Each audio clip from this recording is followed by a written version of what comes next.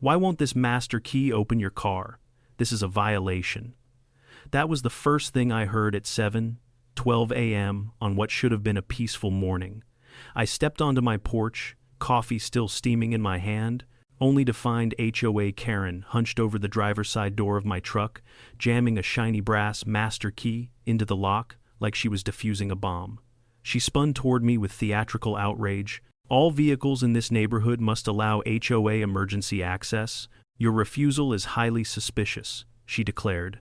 I hadn't said a single word. When her magical key failed again, she gasped dramatically, whipped out her phone, and dialed 911 right in front of me. "Hello? Yes, there's a non-compliant male preventing a mandatory HOA safety inspection on his vehicle." She pointed at me like I was a car thief. What she didn't know, the non-compliant male she was reporting, was the county sheriff. Before we get into this unbelievable story, comment your city and local time below, and don't forget to subscribe for more HOA chaos. I had dealt with unreasonable people before, comes with the badge, but nothing prepared me for the level of creative nonsense Karen managed to weaponize on a daily basis. And the funny thing is, before she tried to unlock my truck with a so-called master key, I genuinely believed she was just another overly enthusiastic HOA president with too much time and too many clipboards. I'd been wrong before, but never this spectacularly. To understand how we got to the moment she called 911 on the county sheriff without realizing it, I need to take you back a few years, back to the day I first moved into this quiet little cul-de-sac at the edge of the HOA's jurisdiction. My house sat on the border of their governance, close enough that Karen could see it, but far enough that she technically had no authority over any square inch of my property. And that technicality was the single greatest frustration of her entire personality. The very first time she introduced herself, she didn't say hello or welcome to the neighborhood. She marched up my driveway with a clipboard tucked under her arm like a prosecutor getting ready for trial. "Law enforcement vehicles may cause unnecessary alarm," she said, nodding toward my patrol cruiser. "I'll need you to park that elsewhere." It took me a moment to process the absurdity of the request. I explained politely that the cruiser was legally registered, legally parked, and legally immune to her personal discomfort. She forced a smile that didn't reach her eyes, made a note on her clipboard, and walked off like she was filing paperwork for my eventual eviction. And that was just the warm-up act. A few days later, I found a piece of paper taped to my cruiser windshield. In bold letters, it read, "Unauthorized government imagery visible from public view, $45. Fine." Government imagery? She meant the sheriff's badge on the door. I actually laughed out loud, peeled the paper off the windshield, and tucked it into a binder. At that time, I didn't know just how thick that binder would eventually become, or how many categories of nonsense I'd have to create for the avalanche of future offenses. Over the next year, I received an unbelievable range of HOA citations that weren't actually citations at all, just pieces of paper she'd printed at home. Once, she tried to fine me for leaving tire tracks in the driveway after a rainstorm. She called them unauthorized terrain modification. Another time, she accused me of visual intimidation because she didn't like how the sun reflected off my truck's chrome grille. But the moment that really set her off, the moment she transformed from nuisance to self-proclaimed regulator of my existence, was when she asked me to provide the HOA with a copy of my car keys for emergency purposes. I looked her dead in the eye and said, "Absolutely not." She blinked, stunned that anyone would deny her. Then she cleared her throat, lifted her chin, and replied, "We'll revisit this." And I should have known that meant trouble. Fast forward to the morning she jammed her brass master key into my truck door and called 911. After Deputy Ray revealed who I was and she had finished buffering like a frozen computer screen, she eventually stormed off in humiliation. But humiliation, for Karen, wasn't a deterrent, it was fuel. By the next morning, the first signs of escalation appeared: bright pink flyers taped to every mailbox, every lamppost, every trash bin. They were impossible to miss, partly because of the glitter glue and partly because of the hysterical all-caps title, "Urgent Community Action Required, Stop the Non-Compliant Vehicle." She even added tiny stars around the heading, as if decorating a bake sale poster. The flyer accused my truck of being a community risk, claimed I refused to participate in HOA-approved vehicle safety protocols, and insisted residents must vote to require all neighborhood vehicles to provide universal HOA access credentials. In other words, she wanted a key to everyone's car. My neighbor Mark knocked on my door that afternoon, holding one of the flyers. "Is this about you?" he asked, rubbing his temples. "Apparently," I said. He groaned. "She fined me last week because my car was too red. Said it was visually aggressive. I wasn't surprised." Karen's interpretation of HOA rules had never been grounded in anything resembling reality, but this new crusade was on another level entirely. Later that evening, I found a bright yellow notice tucked under my windshield wiper. Notice of parking violation, excessive vehicle presence, $65. Fine. Excessive presence. In my own driveway, I added that to the binder. The following day, she held what she called an HOA emergency meeting. Someone recorded it and sent it to me, possibly as entertainment, possibly as evidence. Watching it felt like watching a parody of a political rally hosted by someone who had read half a textbook on leadership and decided she was ready for world domination.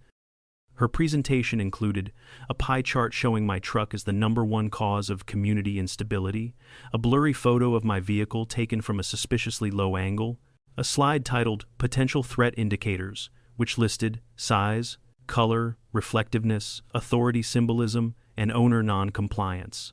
She concluded her speech by declaring that the HOA must take immediate action to restore driveway harmony. One resident raised a timid hand and said, "Isn't that the sheriff's truck?" Karen snapped back. Authority does not exempt anyone from community standards. To be honest, hearing her say that made me laugh. I couldn't make this stuff up if I tried. But the laughter didn't last long. By the next morning, 3 new notices appeared on my truck: reflective paint disturbance, unauthorized law enforcement symbols, driveway shadow imbalance, driveway shadow imbalance. She was now fining me for the shape of my truck's shadow. That was when I realized this wasn't just another HOA spat. Karen was escalating towards something much bigger, much louder, and far more absurd than anything I'd seen up to that point. She wasn't simply annoyed by my truck, she was obsessed with controlling it, controlling me, controlling everything she believed fell under the spirit of the HOA. And the real kicker, my driveway wasn't under the HOA at all. I knew I needed to start documenting everything meticulously. Not as a neighbor, as a sheriff. I began gathering photos of every flyer and notice, screenshots of her emails, recordings of her meetings, statements from neighbors who also felt targeted, copies of the so-called master key guidelines she claimed to enforce. I wasn't building a case out of spite. I was doing it because I could see exactly where Karen was heading, toward a legal collision, and just when I thought she couldn't possibly get any more irrational, she proved me wrong the next morning. I stepped outside and saw 26 small neon orange flags lining my driveway in 2 perfectly straight rows, like a weird ceremonial runway leading to my truck. Each flag carried the same message: HOA claim, pending vehicle access, gate under review. A gate. She was planning to build a gate across my driveway to control vehicle access. The footprints around the flags were hers. I recognized the pattern. Those orthopedic sandals never lied. I crouched down, looked at her handiwork, and realized something important. Karen wasn't just reacting anymore. She was planning. She had declared war, and she had absolutely no idea she had just crossed the worst possible line. The legal one. I stood there staring at the neat little rows of neon orange flags, each one stuck into the soil with almost obsessive precision. The early morning sun lit them up like runway lights, guiding an airplane onto a landing strip, except instead of a plane, they guided anyone's eyes straight to my truck. It was dramatic, ridiculous, and undeniably Karen. I bent down, plucked one of the flags from the ground, and read it again just to make sure I wasn't hallucinating. HOA claim pending vehicle access, gate under review. A gate across my driveway to regulate access to my own vehicle. I took a long, slow breath, letting the absurdity settle in. Karen didn't just dip a toe across the line this time. She sprinted past it and kept running like she was training for the HOA Olympics. Her latest stunt didn't just feel invasive. It felt strategic, planned. She had probably spent half the night lining up these flags, muttering rule numbers that didn't exist, believing she was laying the foundation for a new era of community control. I wasn't angry. I wasn't even annoyed. I was fascinated, because when someone starts behaving this bizarrely, you get that instinct. The same one that kicks in while questioning a suspect who's about to incriminate themselves without realizing it. Karen wasn't sabotaging me. She was building my case for me. Still holding the flag, I pulled out my phone and photographed every angle, footprints, spacing, the position of the flags relative to the driveway. It would come in handy later when the real authorities, the ones who actually had jurisdiction, looked into this. Right on cue, my phone buzzed with a text message. It was from Mark, the neighbor who'd complained about Karen fining him for having a red car. "Dude, check your driveway. She's lost her mind." I replied with the photo of the flags. His response came back instantly. "Oh my God, she's making runways now." I actually laughed. But the morning comedy show wasn't over yet. A few minutes later, I heard the familiar clack, clack, clack of Karen's sandals marching down the street. I didn't have to turn around to know it was her. Her footsteps were as recognizable as her voice. She appeared at the bottom of my driveway, clipboard hugged against her chest like a holy artifact. "Good morning," she said, voice tight with fake politeness. "I'm sure it is," I replied, still holding her neon orange flag like evidence. She adjusted her sunglasses.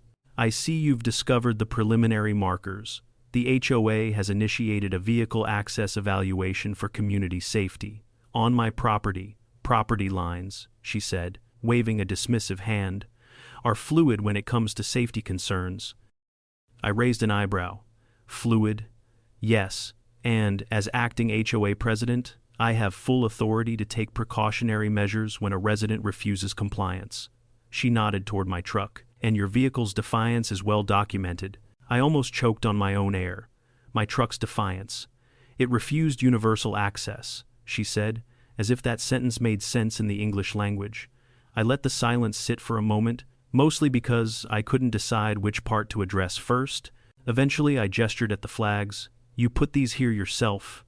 "Of course I did," she said proudly. The board was unanimous. My eyes narrowed. That was a lie, or at least a major exaggeration. I knew the board was tired of Karen's antics. They'd whispered complaints, exchanged knowing glances, even apologized to me behind her back. "Is that so?" I asked.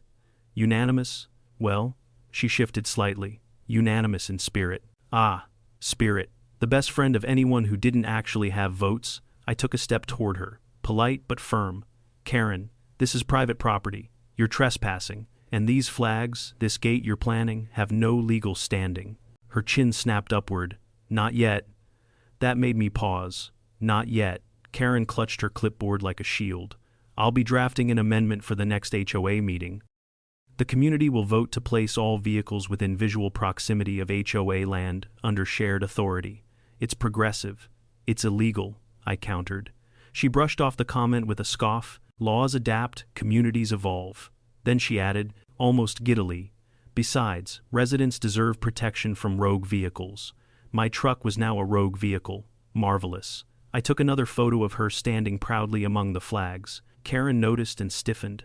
"What are you doing?" "Documenting," I said simply. She frowned, recognizing that word as one that could be used against her later. "You can't intimidate me," she snapped, though her voice wavered. "I will not be threatened by someone who thinks he's above community standards." I smiled. "Karen, I think you're forgetting something." "And what is that?" "You called 911 on the sheriff." Her face flushed pink anger or embarrassment. I couldn't tell. Maybe both. "That was a misunderstanding," she said quickly. "You told dispatch I was refusing an HOA inspection. I stand by that. You told them I was suspicious." "You were suspicious." I was holding a cup of coffee. Her lips pressed into a thin line. It was clear she didn't enjoy the memory of her humiliation being brought up. Without another word, she spun on her heel and stormed off, leaving me with a driveway full of flags and the distinct suspicion that this was far from over. And I was right. Because that afternoon, while I was returning from town, I saw a tow truck parked suspiciously close to my driveway. The driver stood next to it, scratching his head, looking at a paper in his hand like it was written in ancient code. I pulled up and stepped out of my vehicle. "Hey there," I said. "Everything all right?" He looked at me, then down at the paper, then back at me. Ma'am, from the HOA, told me this truck was abandoned and needed removal." I exhaled slowly. "Abandoned." She said it hadn't moved in weeks. "I drove it yesterday." He blinked. "She also said the owner was refusing to comply with safety checks." I pointed to the sheriff's emblem on the door. I'm the owner. The man's face drained of color. Oh man, she didn't mention that. I'm sure she didn't. He folded the paper and shoved it in his pocket like it was cursed. Sorry, sir, I'm leaving, right now. He climbed back into the tow truck and took off like he was fleeing a crime scene. I looked at my driveway, the flags, the disappearing tow truck, and the growing ridiculousness of the entire situation. This wasn't just pettiness anymore. It was escalation, deliberate escalation. Karen wasn't just trying to control my vehicle. She was trying to create a narrative in which I was the problem, the danger, the threat, and if there's anything I know after 2 decades on the force, it's that when someone builds a false narrative, they eventually back themselves into a corner. Later that evening, as the sky turned orange and purple, I walked back outside and removed every single neon flag, one by one, a quiet, methodical undoing of Karen's imaginary empire. I gathered them into a pile, photographed the empty ground for good measure, and stored the flags in a box labeled Evidence Vehicle Incidents. Because the truth was clear, Karen wasn't finished. The master key was just her opening move. The flags were her attempt at expansion, and I could feel it in my bones. She was preparing for something even bigger, something with clipboards, something with signatures, something she believed would finally give her the power she had invented in her head, and I was prepared too. I was ready to meet her escalation with documentation, patience, and when the moment came, the full weight of actual law. Because in this neighborhood, there was only room for one sheriff. And, spoiler alert, it wasn't Karen. I woke up the next morning, expecting peace. After the tow truck fiasco, I naively thought Karen might take a day off from her imaginary war. Maybe she'd cool down, bake cookies, yell at a cloud, anything other than targeting my truck again. But the universe had other plans. When I stepped outside, coffee in hand, I froze. My truck, my perfectly fine, minding its own business, truck was shackled. A giant yellow wheel clamp was locked onto the front tire like some kind of medieval punishment device for naughty vehicles. For a split second, all I could do was blink. The bold stenciled letters on the boot read, HOA Impound Non-Compliant Vehicle. There wasn't enough caffeine in the world for this. I set my mug on the hood and crouched down to inspect the clamp. It was real metal, real heavy, and very much real property damage if she'd scratched my rim. A laminated tag dangled from the lock. Release fee, $350, plus processing fee, $25, plus administrative fee, $15, total due, $390. Karen really woke up and chose grand larceny today. Behind me, I heard the unmistakable shuffle of triumphant sandals. I didn't turn. I already knew who it was. Well, she called, arms crossed. Perhaps now you'll learn to respect community authority. I stood slowly. You put a wheel clamp on my truck? It's not your truck, she snapped. It's a community-adjacent vehicle subject to oversight. Impoundment was necessary after repeated violations. I exhaled through my nose, the way I do right before reading someone their Miranda rights. Karen, this is illegal. No, she corrected, tapping her clipboard. This is proactive neighborhood safety enforcement. You immobilized a law enforcement vehicle. Her eyes narrowed. A vehicle used to intimidate residents. Frankly, you should thank me. For committing a crime, for holding you accountable. I laughed, not because any of this was funny, but because I had 2 options. Lose my mind or enjoy the show. And at this point, the show had gone off the rails. Karen, I said, remove the clamp. She recoiled. Absolutely not. You will pay the release fee, just like everyone else. No one else has ever had a boot on their car. Because no one else has ever been this non-compliant, her voice cracked at the end, like she was seconds away from throwing herself dramatically onto the ground and demanding a Netflix documentary about her struggles. Karen, I tried again, you cannot impound someone's vehicle, especially not off HOA property, she smirked. We'll see what the board says. I stared blankly. The board? Yes, she said proudly. They authorized this? They did? Yes, she insisted. At that moment, my neighbor Jill peeked out from behind her curtain and made eye contact with me. She shook her head violently. No, absolutely not. The board did not approve this. Caught in her lie? Karen pivoted instantly. Well, they didn't oppose it. That's not the same thing. It is in spirit, she declared. Ah, yes, the HOA spirit where reality went to die. I pulled out my phone. Karen stiffened but tried to hold her ground. I snapped photos of the clamp, her, the driveway, everything. She scoffed. Oh, please, you think pictures will scare me? No, I said calmly, but they will help the police. Her lips parted in horror. Police? You wouldn't dare. Oh, I dare. I dialed dispatch not 911, just non-emergency, and requested a deputy respond for unlawful immobilization of a vehicle. Since I was off duty and involved personally, I couldn't handle it myself. Policy is policy, Karen panicked. You're weaponizing law enforcement. This is harassment. I pointed to the clamp. You immobilized a government asset. Before she could argue, a familiar patrol cruiser rolled into view. Deputy Hernandez stepped out, took one look at the clamp, then turned to me with an expression that said not again. Morning, Sheriff, he said under his breath. Karen, I confirmed. Karen threw her hands up. Finally, someone reasonable, officer, arrest him for refusing to follow HOA impoundment protocol. Hernandez stared at her for a long moment. Ma'am, there is no HOA impoundment protocol. There should be, she shouted.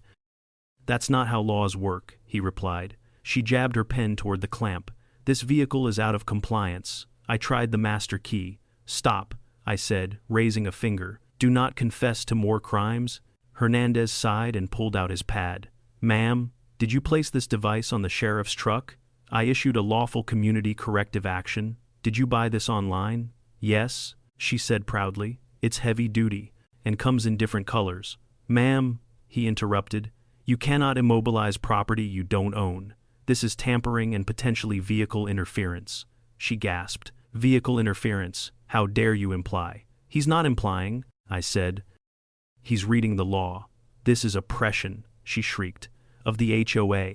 If hysterical righteousness were a fuel source, Karen could have powered the entire county. Hernandez wrote out an official warning and instructed her to remove the clamp immediately. She refused. He repeated the instruction. She refused again. Finally, he said, if you don't remove it, we will. The glare she gave him could have peeled paint, but she stomped over, fiddled angrily with the lock, and yanked the clamp off the tire like she was ripping betrayal from her soul. She dragged it away, muttering about tyranny and rogue vehicles. She left without another word. But her retreat didn't last long. 2 days later, she came back with reinforcements. Not people, just paperwork, stacks of it. Glossy brochures she made at home titled, The Great Vehicle Harmony Initiative. She taped them to every door in the neighborhood.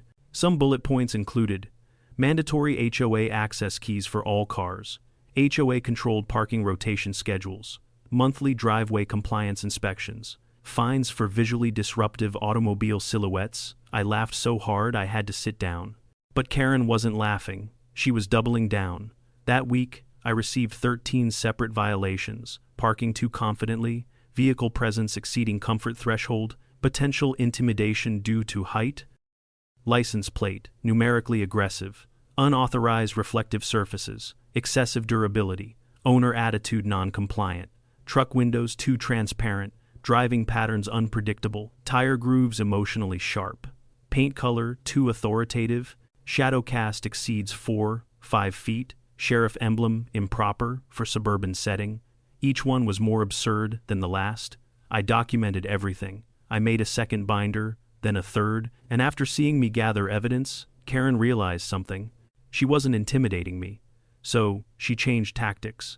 The next escalation came on a quiet Wednesday morning. I returned from the grocery store to find a plywood barricade erected across the entrance of my driveway. It was spray-painted with HOA Parking Zone Authorized Vehicles Only. Zip ties held it together. A laminated sign hung from the center. Violators will be fined. I stepped out of my truck, stared at the barricade, and muttered, She has lost her mind. Then I walked over, lifted the entire structure with one hand. It weighed maybe 8 pounds and set it neatly beside a tree with a sticky note. Nice decor, wrong house. The next day, a city inspector knocked on my door. Got a call from someone claiming there's a dangerous illegal parking structure on this property. Of course, she called the city on herself by accident. I showed him the makeshift gate. He snorted. Yeah, no, this is not up to code or reality. He took photos, made notes, and left laughing. Karen watched from across the street, arms folded, seething like a kettle left on high heat. She didn't speak that day, but her silence was worse. Calculated, focused. I'd seen that look before on people determined to dig their own grave and blame the shovel. I knew then that the wheel clamp and barricade were just beginning. She was planning something bigger, something more dramatic, something she thought would finally force me to submit to HOA authority. And she had no idea she was walking straight into a legal disaster. For once, I didn't have to lift a finger. She was going to take care of that all on her own. The strange quiet that settled over the neighborhood after the barricade incident wasn't comforting. It wasn't peaceful. It felt like the air right before a tornado touches down, too still, too heavy, too unnatural. Karen had disappeared for almost 48 hours. And, for someone who thrived on daily micromanagement, that silence was not a sign of surrender. It was a sign she was assembling her next disaster. And it arrived on the morning of the third day. I opened my mailbox, expecting bills, junk coupons, maybe another brochure about lawn fertilizer. Instead, a thick, glossy packet slid out with a thud. The cover featured a dramatic photo of a winding suburban street with animated sparkles around parked cars, like some kind of magical parking utopia. Across the top, in bold lettering, the Community Vehicle Harmony Initiative, presented by Bluff Neighborhood Mobility Council. A council? We didn't have a council. I leaned against the mailbox and flipped it open. The first page had a letter from the desk of Acting Coordinator K. Allen. Karen had rebranded herself. Whenever she reinvented her title, the situation was never good. The letter claimed that, due to recent vehicular disturbances caused by resistance to universal access measures, the neighborhood would implement a new set of mandatory regulations. Mandatory. She loved that word. The next pages outlined a ridiculous list of rules, each more illegal than the last. All vehicles must be registered with the Mobility Council. Owners must provide an emergency access key upon request.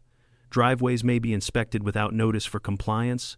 Parking zones may be reassigned at any time for harmony redistribution. Unauthorized vehicle silhouette patterns will incur penalties. Vehicle silhouette patterns, a real human being typed that. At the back of the packet was a payment page, the part she cared about most. Mobility Harmony contribution fee, $89, due within 5 days. She included a QR code linking to a PayPal account named Bluff Vehicle Safety Fund. I laughed. Out loud. Right there at my mailbox. At 7:30 in the morning. Like a man who had reached the point where the only sane reaction to insanity was amusement. But when I looked up, I stopped laughing, because there she was, standing across the street by her Prius, dressed in a navy blazer and tan slacks, wearing a fake earpiece that was very clearly not connected to anything. She watched me read her packet with the expression of someone waiting for praise they absolutely didn't deserve. I held up the booklet. A new council, she nodded proudly. Formed due to community demand. What community? I asked. Residents have expressed overwhelming concern. Name one, she blinked. Concerns may remain anonymous. For safety. Safety from what? My truck's shadow. She refused to engage with the sarcasm. Instead, she stepped closer, lowering her voice as if sharing a state secret. Your vehicle has become a symbol of disorder, she said. People are frightened. A strong neighborhood cannot function when residents feel threatened by unpredictable silhouettes. My truck had now become a symbol, a silhouette-based threat. Incredible. I flipped the packet closed. Karen, this is fraud. She stiffened. This is community leadership. What you're doing is illegal. What I'm doing, she said, jabbing her clipboard toward the sky, is necessary. For who? For everyone. The delusion radiated off her like heat. Karen, I said calmly, you cannot create fake councils to collect fees. You cannot demand keys to people's vehicles. You cannot find shadows. She smiled, a tight and brittle thing. We'll see what the legal advisory panel thinks. Who's on the panel? I asked. She hesitated. Me. I almost choked. So you created a council, appointed yourself coordinator, and then created a legal panel, which is also you. She crossed her arms. Someone has to take responsibility, and that someone is always you. Exactly. I rubbed my forehead. Karen, do you hear how strange that sounds? I hear how necessary it sounds. This woman needed not an HOA, but a hobby. Before I could respond, she thrust a clipboard toward me. Sign the compliance acknowledgement. I didn't touch it. No, very well. She scribbled something onto her pad. Refusal to acknowledge notice. Additional fee. $13. Not 10, not 15. $13. Why 13? Because Karen operated on chaos math. She walked off, smug as a cat who thought she'd caught a mouse. Except I wasn't the mouse, I was the sheriff, and she was stapling nonsense to her own downfall. Inside my house, I spread everything out on the table, the packet, the fines, the barricade photos, the wheel clamp, screenshots from neighbors who'd texted me their own violations. There was enough evidence to wallpaper a courtroom. I called the sheriff's office not as the sheriff, but as a citizen filing a complaint. Since I was directly involved, protocol required that another deputy handle the case. Hernandez, reliable as ever, took the report. Bluff, Neighborhood Mobility Council, he muttered. Never heard of it. It didn't exist until today, I said. He whistled. She really doesn't know when to stop. No, I agreed. She really doesn't. All right, he said. Send me everything. This might cross the line into attempted fraud. I emailed him the documents, photos, timestamps, and links. He thanked me and said he'd begin verifying Karen's claims, or rather, disproving them. That evening, as I sat on my porch reading through her booklet again, trying to decide whether silhouette patterns should become a running joke at the station, my neighbor Jill approached hesitantly. She looked around, making sure Karen wasn't nearby. "Can we talk?" she whispered. "Of course." She stepped closer. "We need your help. The HOA board, we're done. We can't deal with her anymore." I raised an eyebrow. "What happened now?" She told the board we needed to create a parking brigade. She wants weekly driveway inspections, and she tried to fine one of the board members because her SUV felt rebellious. I rubbed my eyes. I wish I could say I'm surprised. "She's out of control," Jill said. "We've had enough. We want to vote her out, but we need solid evidence, provable stuff, things she can't wiggle out of later." I gestured toward the dining table inside, stacked with paperwork like a crime lab display. "I've got evidence." Jill's eyes widened. "How much?" "Binders, plural, 3 so far." She let out a breath like someone who had just seen daylight for the first time in months. "This could work, but you have to be there. The board meeting is Friday." "I'll be there." She hesitated, then asked, "One more thing. Is it true she called 911 on you?" "Yes, and didn't know you were." "The sheriff." "Correct." Jill covered her face and groaned. "Oh, God, this is worse than I thought." I nodded.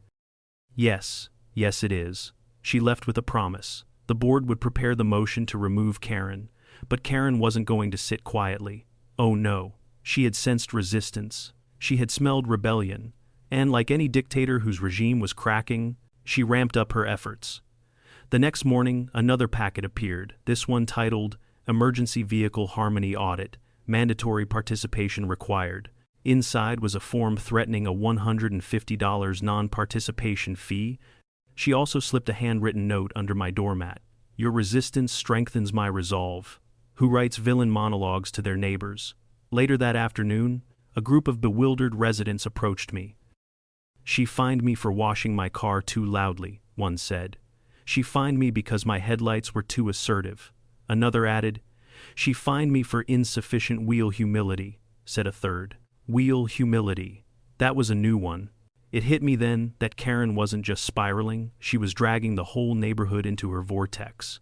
But the good news, every ridiculous fine, every fake regulation, every desperate power grab was more evidence. Evidence that would end her presidency, evidence that would end her crusade against my truck, evidence that would, ultimately, bring her face to face with real legal consequences. And by Friday's meeting, the neighborhood would no longer be under the rule of a clipboard tyrant. Karen didn't know it yet, but she was about to lose everything she'd built, and all because she believed she had the right to open my truck with a shiny brass key. I arrived at the HOA meeting 30 minutes early, not because I was eager to watch Karen implode, but because the board had specifically asked me to help set up the projector, seats, and, well, the security measures. Not physical security, emotional security.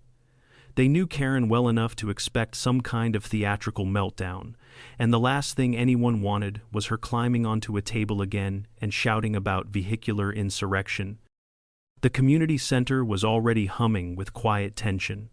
People whispered in small clusters, some clutching copies of the Mobility Harmony packet, like evidence in a courtroom, others holding their phones up with screenshots of fines Karen had sent at random hours. One guy had printed an 18x24 poster of the bogus wheel humility violation and taped it to the wall with the caption, "How is this real?"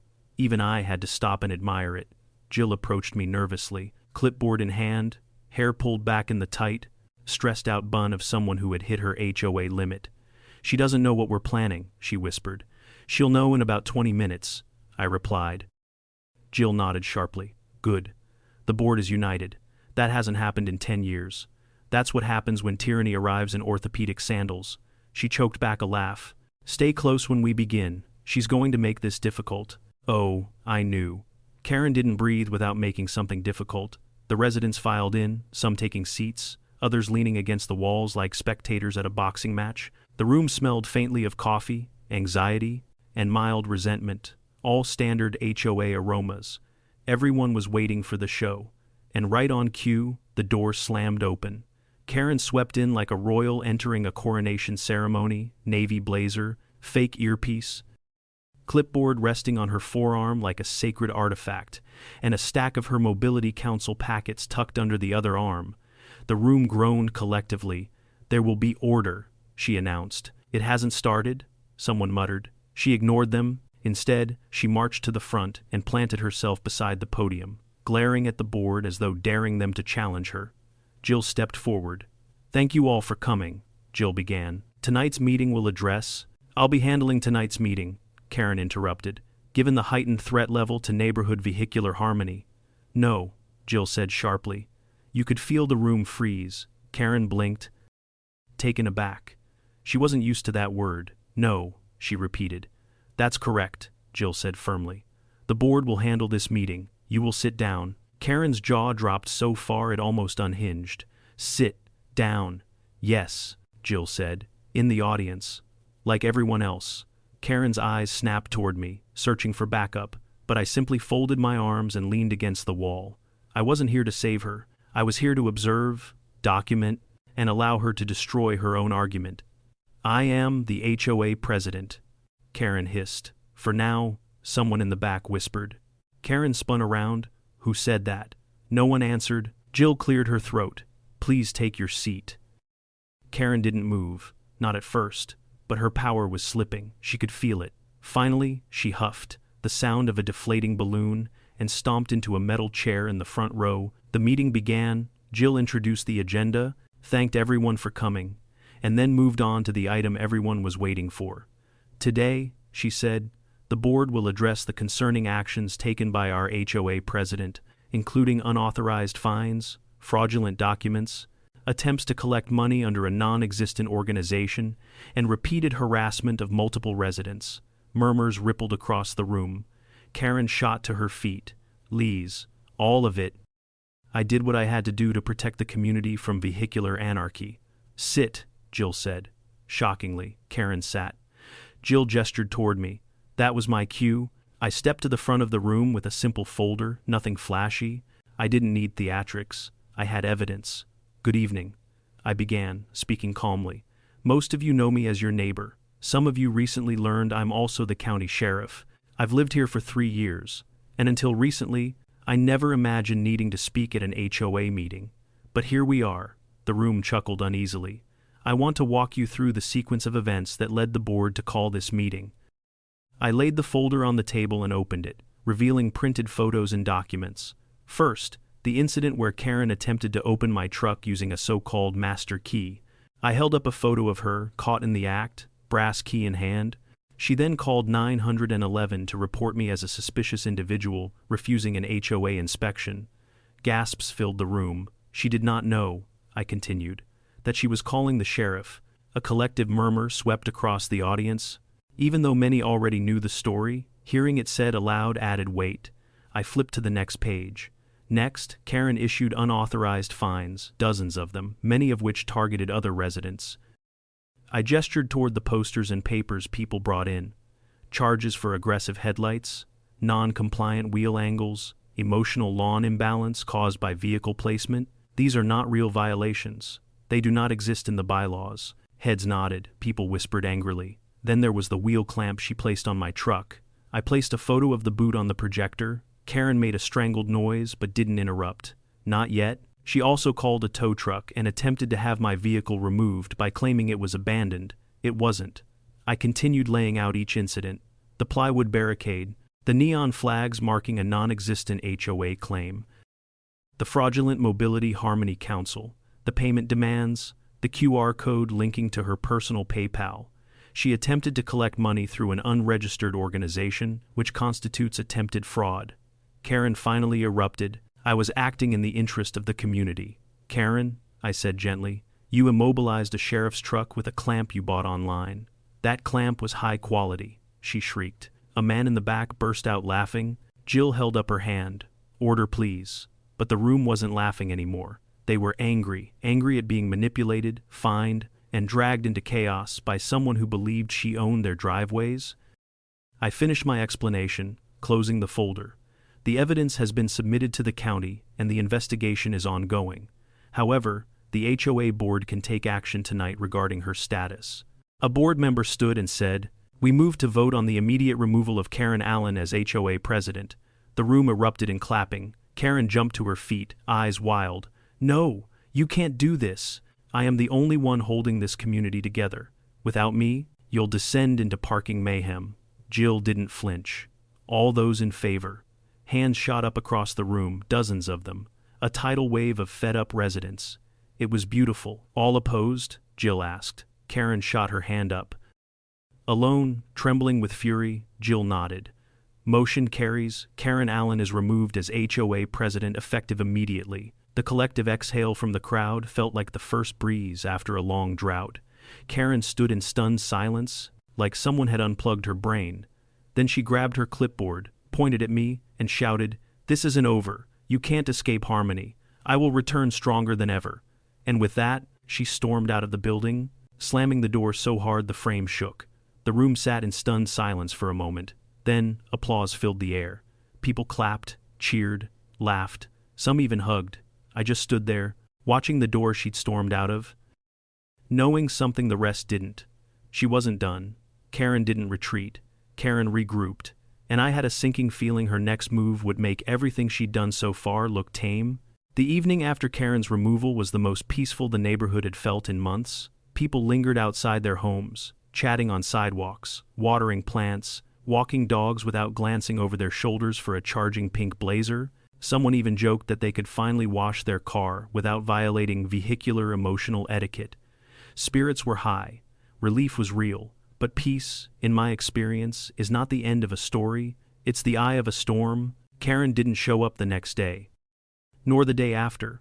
Most people celebrated her absence, believing she'd finally slunk away in shame to lick her wounds and reorganize her army of imaginary committees. But I dealt with her long enough to know better. Karen didn't accept defeat. She repackaged it. It started quietly. A strange envelope showed up in my mailbox on Friday morning. Not HOA branded, not handwritten. It was printed professionally on linen paper, sealed with a gold circle sticker, as if it were an invitation to a royal gala. The return address was simply P.O. Box 214, Bluff County Oversight Initiative. I sighed before even opening it. Inside was a formal notice. Dear resident, due to recent concerns regarding vehicle compliance and driveway harmony, you are requested to attend a mandatory mediation session with the Bluff Community Oversight Initiative, BCOI. Failure to appear may result in further action. Signed at the bottom, in overly elegant script, Acting Coordinator, K. Allen. I let the paper fall onto the kitchen counter. She had reinvented herself again. A private entity, a fake oversight initiative. She wasn't running an HOA anymore. She was starting her own department of made-up government. This time, she'd even included a voluntary community contribution form with a suggested payment of $140 toward a driveway beautification project. And just like last time, the QR code pointed straight to a PayPal account under her name. She was escalating into fraud territory with confidence that would make a con artist blush. I grabbed my phone, snapped photos of every page, and filed them into my now bulging Karen Evidence, Volume 4 folder. Not 10 minutes later, my doorbell rang. It was my son, He wasn't in uniform, but he carried himself the same way he always did, alert, steady, patient. I waved him inside and handed him the letter. He skimmed the first paragraph, then shook his head. She's really trying to reinvent the HOA. Not reinvent, reincarnate. She sent the same letter to half a dozen residents, he said. Somebody dropped theirs off at the sheriff's office this morning. I poured him coffee. She's doubled down.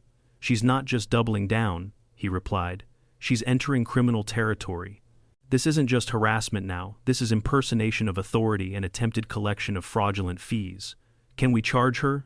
I asked. Not yet, he said, but we can look into it. That was the balance we always had to strike.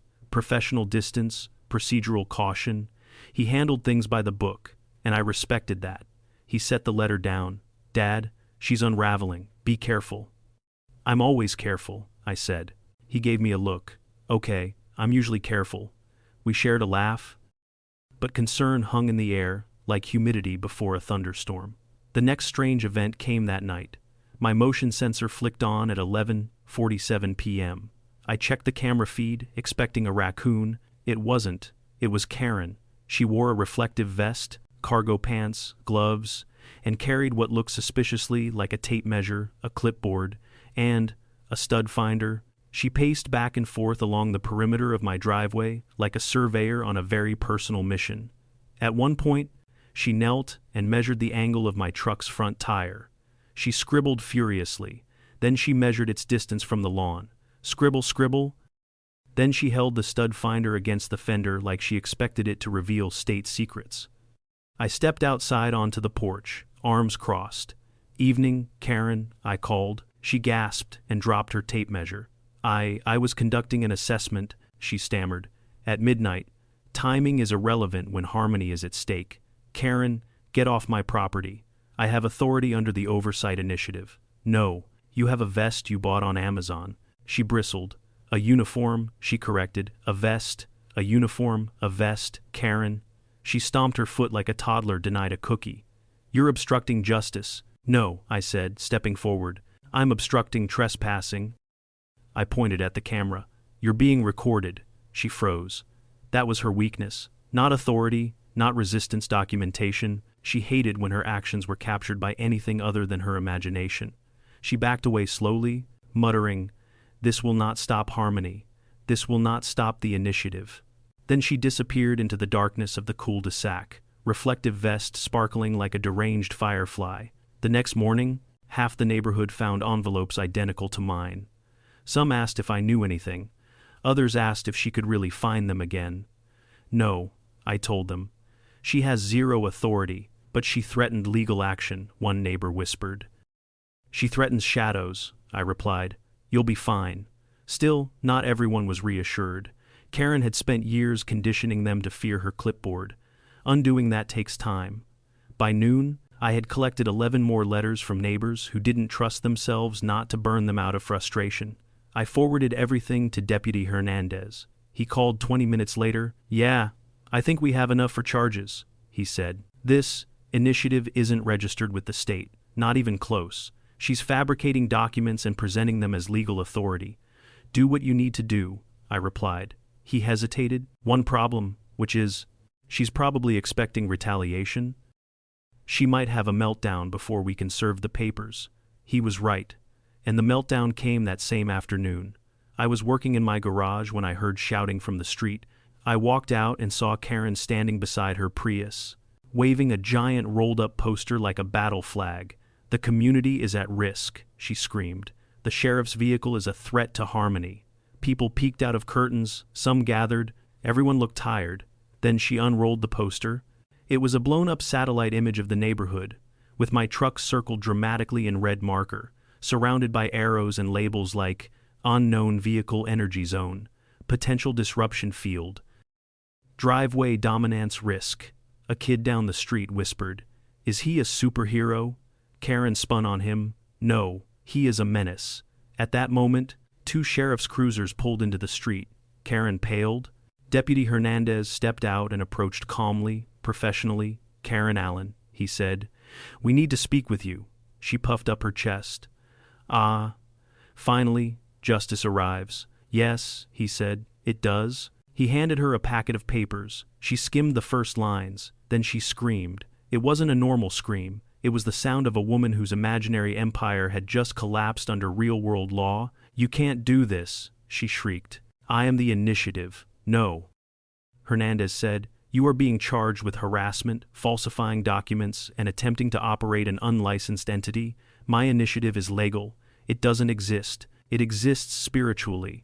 Spiritual HOA doesn't count?" She stomped, ranted, waved her arms, declared herself a guardian of peace, and accused me of leading a coup. I just stood there, arms crossed. When she finally ran out of breath, Hernandez spoke again. "Ma'am, you are formally ordered to cease all oversight activity. You are not to contact residents with demands, letters, or directives. Violate this, and further action will follow." Karen stared at me with fire in her eyes. "This is your doing," she hissed. "No," I replied. "This is your doing." She got into her Prius, slammed the door, and sped off. For the first time, she didn't yell out the window. She didn't even look back. That evening, the neighborhood felt different, lighter, calmer. Parents walked their kids. Teenagers skateboarded. Dogs barked without receiving noise citations. The shadow of Karen's clipboard tyranny faded like mist in sunlight. But peace never lasts long with someone like Karen, because I knew deep in my gut that she wasn't done forever. Just done here. People like Karen never disappear. They relocate. Karen's departure should have felt like a victory. The neighborhood exhaled, relieved to finally live without threats of vehicular disharmony or shadow violations. Kids played basketball in driveways. People washed their cars at normal volumes. For the first time in months, the air didn't smell like clipboard ink and unreasonable fines. But I'd learned something long ago as a sheriff. Peace after chaos always feels fragile, like setting down a glass ball on the edge of a table. And with Karen, that feeling was twice as strong. Because she hadn't apologized, she hadn't admitted wrongdoing, she hadn't even muttered a symbolic promise to self-reflect. She left angry, humiliated, plotting. So while the neighborhood relaxed, I prepared. Not because I expected revenge. Karen wasn't the criminal mastermind type, but because she was the relentless type, the kind who would reinvent her authority, rename her organization, and come back preaching a new gospel of regulations no one asked for. Still, days passed quietly, then a week, then two. The sheriff's office processed her case, but she complied with the cease and desist order. Hernandez kept me updated. "She's keeping her distance," he said, "probably licking her wounds, or drawing new maps," I muttered. Then came the night that confirmed it. It was late, close to midnight. I was reading on the porch, enjoying the rare stillness. The moon cast long shadows across my yard, and the hum of crickets was the only sound. Then my trail cam pinged, motion detected. Back fence. I opened the feed, expecting deer or raccoons. It wasn't wildlife. A figure stood at the border of my property, just outside the legal line, not crossing it, not approaching, just standing there, motionless, staring toward the cabin. A woman, medium height, reflective vest. Even in the grainy night vision, I knew exactly who it was. Karen. She didn't move for nearly 10 minutes. Not a single step forward. Just stared, like she was mourning her lost territory, or measuring imaginary lines again in her head, or promising herself she'd rise like some HOA phoenix, reborn from laminated ashes. Then she turned and disappeared into the trees. She'd followed the order. She'd stayed off my land, but the message was clear. She hadn't let go. The next morning, I reviewed the footage carefully. She hadn't carried tools, documents, or one of her laminated monstrosities. She wasn't muttering legal jargon. She simply stood there like a ghost of bureaucracy past. A normal person might have been unnerved, but to me, it was confirmation of something I already understood. Karen's war wasn't against me. It wasn't against my truck. It wasn't even against non-compliant shadows. Her war was against irrelevance, and she was losing it.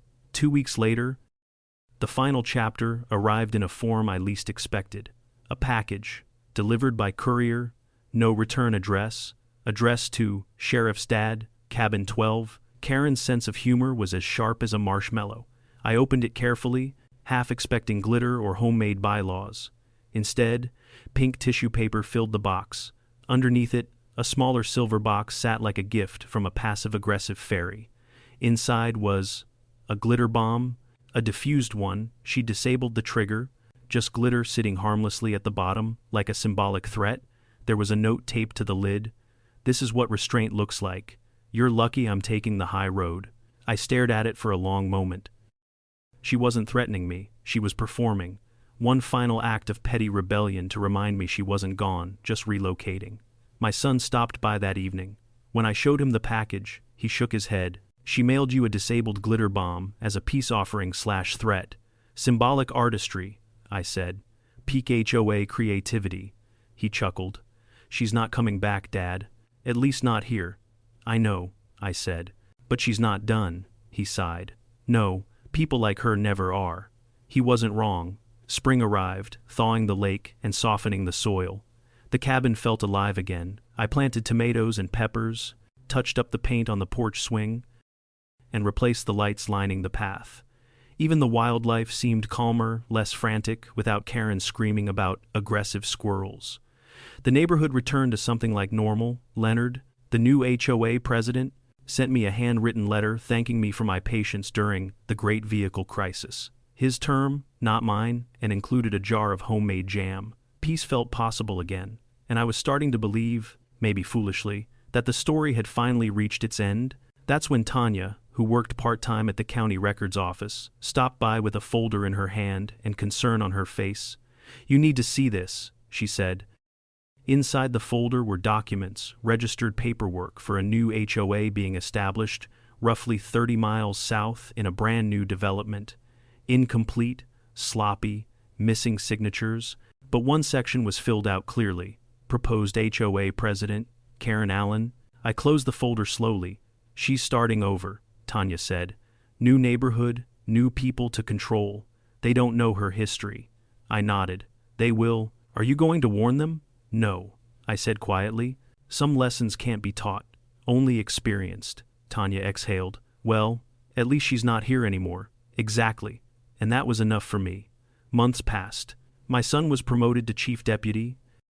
The neighborhood regained its sanity, and every once in a while, when I sat on my porch sipping coffee, I'd think back to the chaos Karen brought into our lives.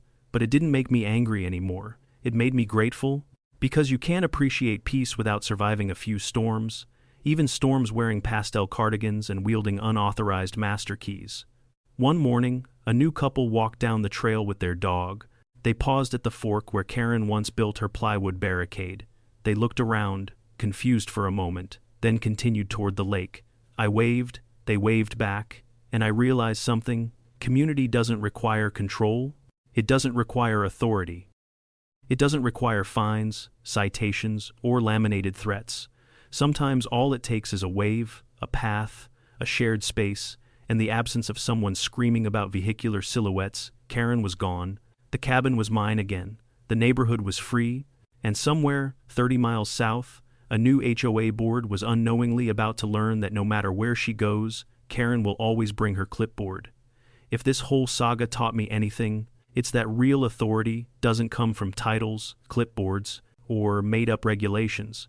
It comes from responsibility, respect, and understanding the limits of your role. Karen built her world on control, imagined control, and when reality pushed back, she collapsed under the weight of her own inventions. There will always be people who try to impose their will on others, not because they're right, but because they're afraid of losing relevance. The best thing you can do is stand your ground, document the truth, and let their actions speak louder than your frustration. And now, I want to hear from you. What would you have done if someone tried to open your car with a master key? Drop your thoughts in the comments, and don't forget to subscribe for more unbelievable HOA stories.